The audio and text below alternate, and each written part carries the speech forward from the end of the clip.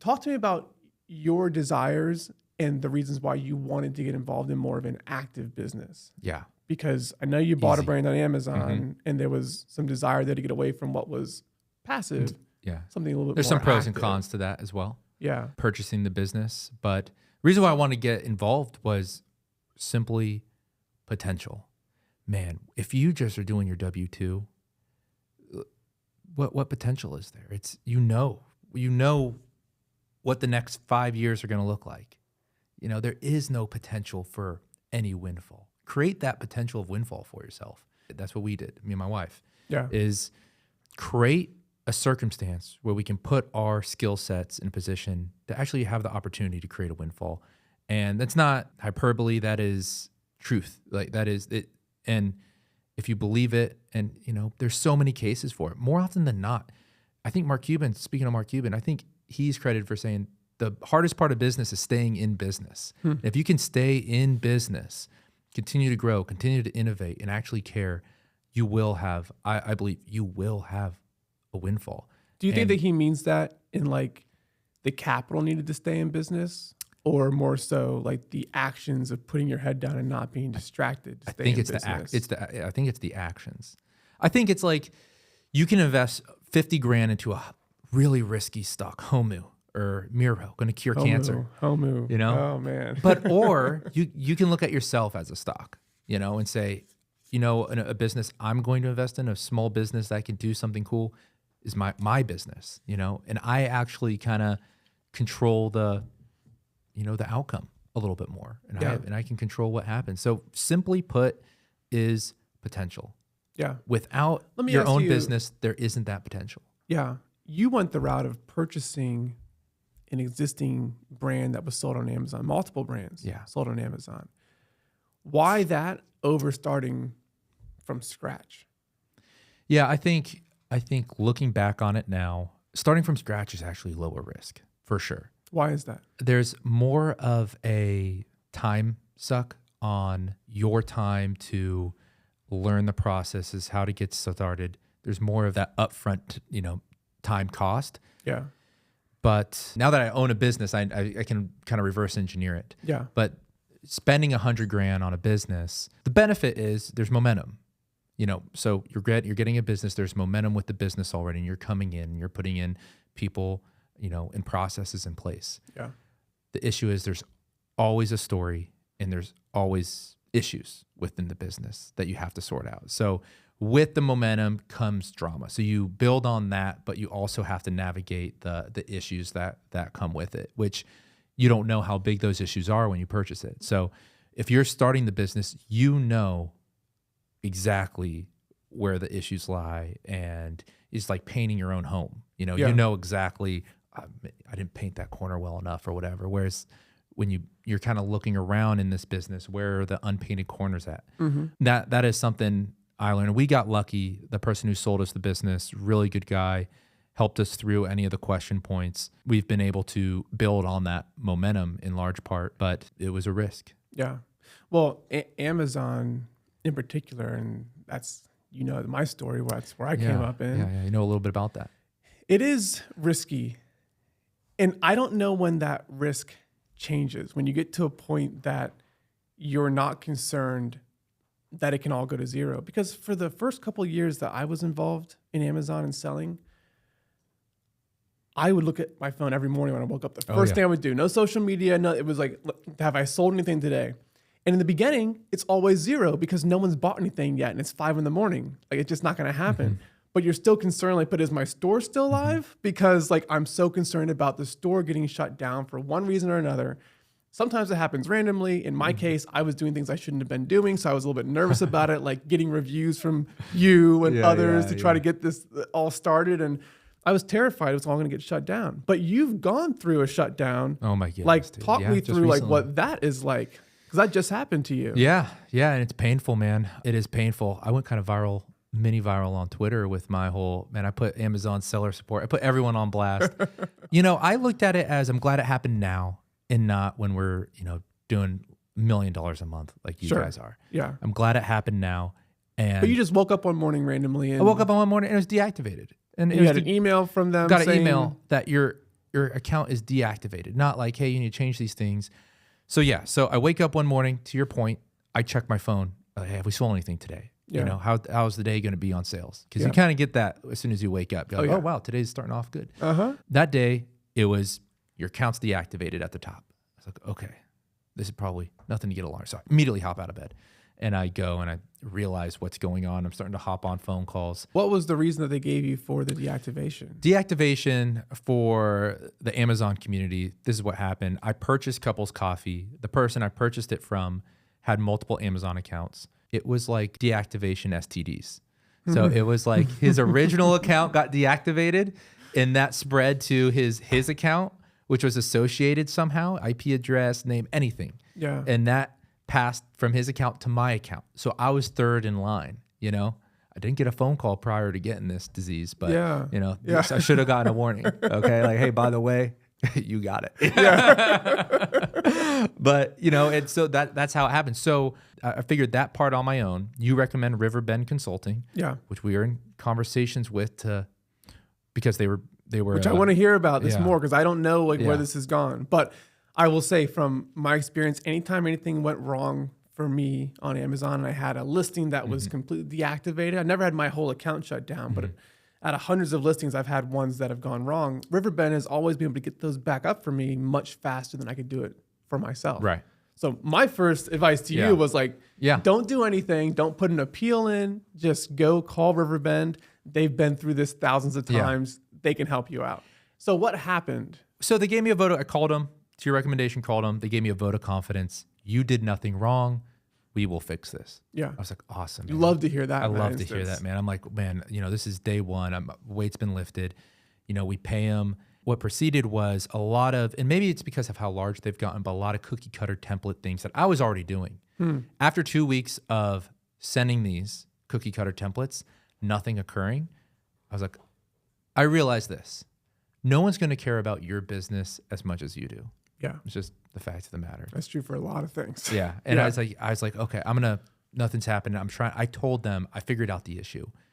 Take my money, help this guy get his account reinstated because that's what will get my account reinstated. They're like, well, let's try to send a couple more emails. And I was like, you know, I'm going to take this in my own hands. So I'm surprised they went that route because I feel like everyone knows it's a never ending cycle of seller support. You aren't even getting escalated to the right people yet. And they're like denying it. They tried escalating it. But the issue is, man, they wouldn't look at it because I'm associated in Amazon's purview. It is, why is he emailing me about Couples Coffee? I'm not even going to look at it because until he fixes his other account, which they assume is mine. Yeah. I'm not even looking at this. Like, it's no big deal. I'm just going to wait till he fixes this account. Yeah. And so they don't even. Just the algorithm. I would do you think exactly right. A single person. Exactly right. Do you think any people were involved in the shutdown of your account? I don't think any person was involved. So this is all happening just based off the Amazon bots. 100%. Where, I mean, think about the size and scale. There's 10 million sellers on Amazon. 10 million. Gosh, I did not know that. I don't know if that's worldwide or if that's just America. Either way, that's a huge number. And the only way they can manage all of that is through having these bots. And while you're going through this, like you weren't alone. Twitter was going crazy with the number of people going through what they call a Section 3. I think you were part of a Section 3, but there's different styles of Section 3 shutdowns. But there were tons and tons and tons of them. A lot of it was people that were selling brands that they were not authorized to sell. Yeah, I saw And then they had to try to prove that, like, I'm allowed to sell Nike. Yeah. Well, for most LOAs, of them, no, you're not. Like, how am I going to get an LOA from Nike? Yeah. Oh, man, that's a bad spot to be in. It's a bad spot to be in. You're in a different spot, though, where it's just like, what did I do? No one can tell you what you did. It's just, he did something, and we're holding you hostage until he gets it fixed. Right. So Riverbend's sending these messages. What are you doing on the side that's not associated with what they're doing?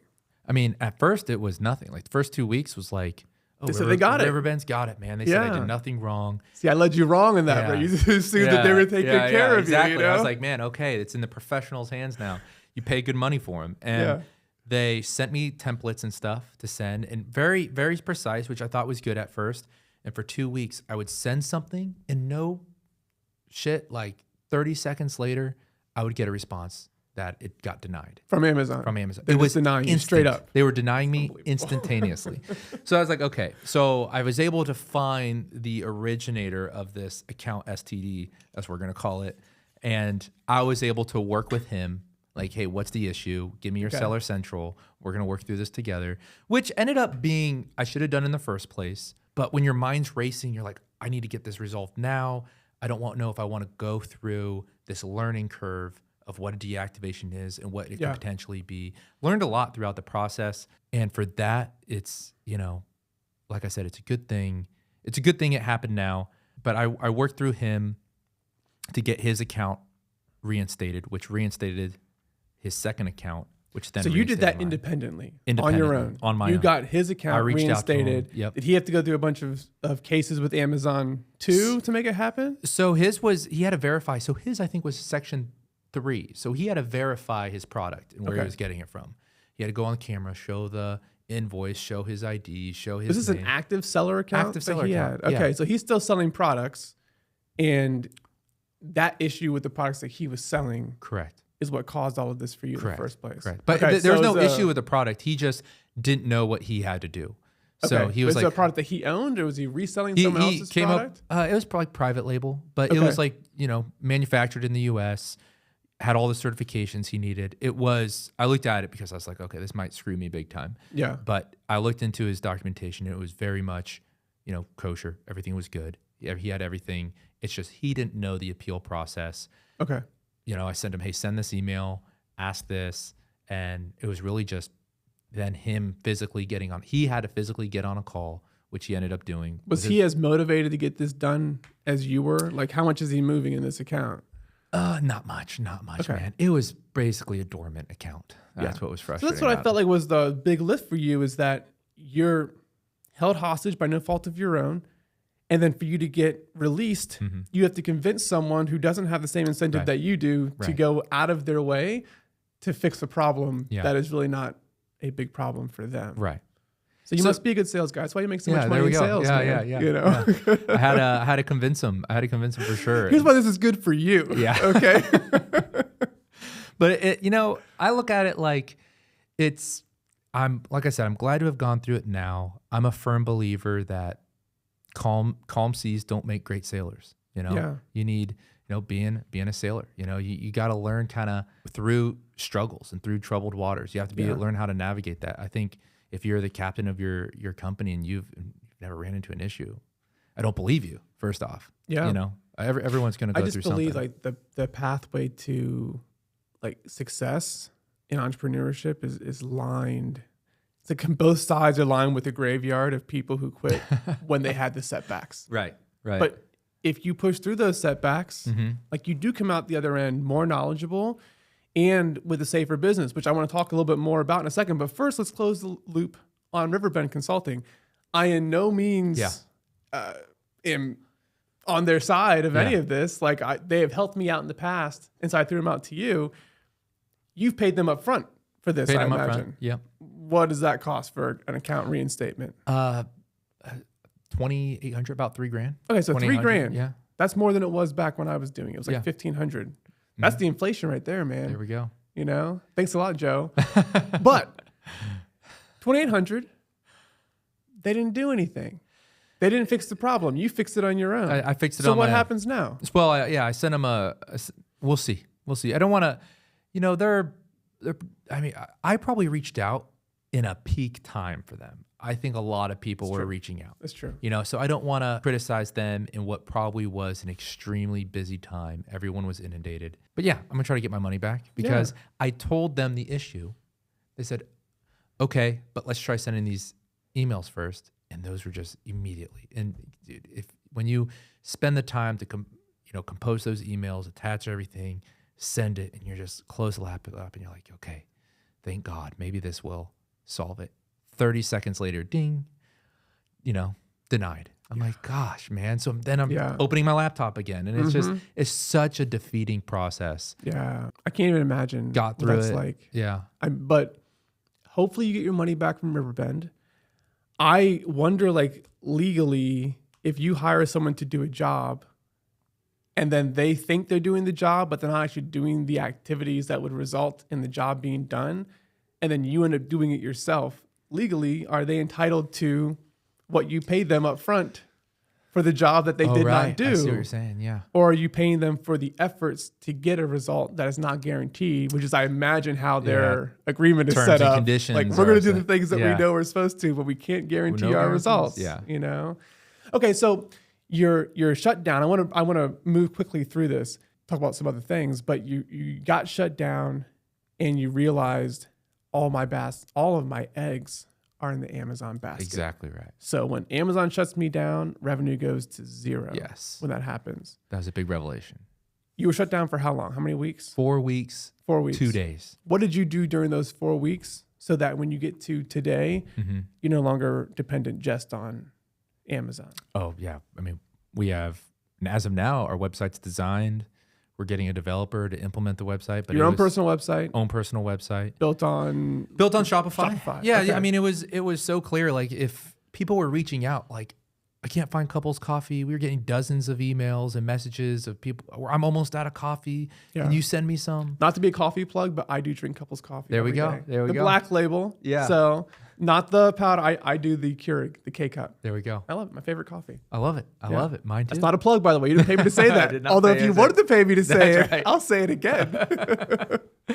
In due Okay. time, yeah. So customers are reaching out. They can't find you. You set up a Shopify store just like that and make it happen. yeah, I mean, it's taken a while. We wanted to do it the right way, but it reiterated the fact that if I had a Shopify account before we were deactivated, all those people would have switched their business if they had subscribe and saves to Shopify. It could have been a windfall in this segment of the business, which is our profits double on Shopify than Amazon. It reiterated the fact that if you're just on, this is a personal opinion, you might disagree with, if you're just on Amazon, it's a hobby, not a business. That's what I came away with. I think 7 years ago, it could be a real business solely on Amazon. But I think if you're only on Amazon today, it's a hobby, not a business. Yeah. Because it can get turned off anytime. Yeah. You're not the keeper of your own. Yeah. Single point of failure. Exactly right. It's a really good point. You are exposed to massive amounts of risk. The health score that they give people now certainly is a mitigating factor, where if you're above, I think it's an 800 to 1,000, they guarantee you they won't just shut your account down, but that they'll reach out to you first to work out the issue and keep you going. It's hard to get to 800 account health score. You have to have a certain amount of like sales history to get there. Otherwise, it's impossible to be there. So they're looking at you more as a partner. But the main point is they can still shut you down whenever they feel like it. Right. After giving you that phone call to be like, hey, by the way, we're looking into your account shut down. Yeah. And that makes it somewhat of a hobby. And the number of people I've seen who have employees in warehouses built on Amazon, and then it just gets shut down, or even worse, they took a loan from Amazon for $1 million, bought a bunch of inventory with it, sent the inventory to Amazon, and then Amazon shuts down the account. You're on the hook for the Amazon loan payments. Even though your account's on hold, they have all your inventory. And if you can't prove what they want you to prove, they'll keep the inventory themselves. Right. They'll keep all the funds that are in your seller account themselves. Oh, and you're still on the hook for the loan that you took out from them. Right. That's all sitting in their warehouse in the first place. It seems like there'd be more of a due diligence process Amazon would go through with people before giving them money. If the process to shut them down is like this, maybe the process to give them money shouldn't be like this. Yeah. Maybe it should be a bit more thought out. Agreed. know? What that comes down to is shareholder value. Yeah. It's like, okay, well, we have 10 million sellers. Are we going to hire the amount of Seller Central American support people to service the amount of sellers we had 10 years ago? Yeah. To make it, maybe it was like 1 per 100 and now it's 1 per 10,000.